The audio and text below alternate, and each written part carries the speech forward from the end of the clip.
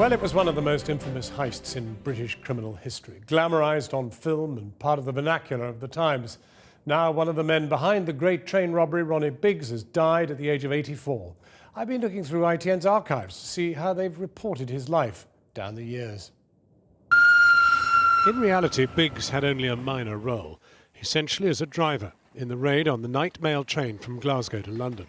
They made off with mail bags containing the equivalent today of roughly £50 million. The driver had been coshed and handcuffed. The only thing they did was threaten me. One man kept wiping the blood from out of my eyes. Holed up in a farmhouse, the gang allegedly played Monopoly with real cash as they counted their way through their haul. When they left, Biggs left his fingerprints behind on a bottle of ketchup, and that led to his arrest. Biggs was then cautioned and told he would be taken to Aylesbury to be charged. And Biggs is alleged to have said, "Get on with it, you'll have to prove it all the way. I'm admitting nothing to you people." Biggs was given a 30-year sentence, but only served 15 months before he enhanced his notoriety by escaping over the walls of Wandsworth Prison using a rope ladder. I stand there and I don't realise, and the man's got a silk scarf over his head tied on top, looked like a coconut. And I thought, oh gosh, it's a spring, they're going to get someone out. He fled first to Paris, buying his anonymity through plastic surgery, then tried to hide in Australia. And what makes you think so?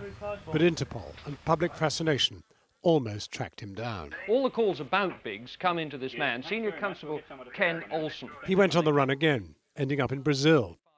There he was eventually arrested in 1974, but avoided extradition because he'd fathered a son by his Brazilian girlfriend.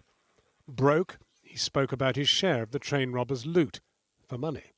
The only happy issue from the train robbery is the fact that semi-honest money has arisen. When I say semi-honest, I mean money that's been paid by newspapers for our stories. By 2001, his health failing, he flew back to Britain. He returned to prison before being released on compassionate grounds in 2009. But his fascination with exploiting his own life, his notoriety, and lining his pockets never left him. Jackie's just suggested that I was that chap in the suit reporting. I can tell you I was in short trousers at the time.